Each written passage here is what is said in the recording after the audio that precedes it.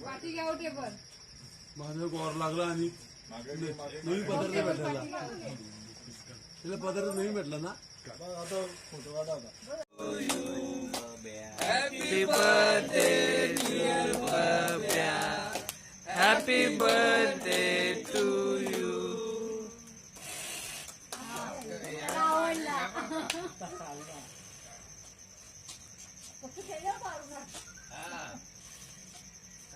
पाठी घ्या टेबल माझं गोर लागला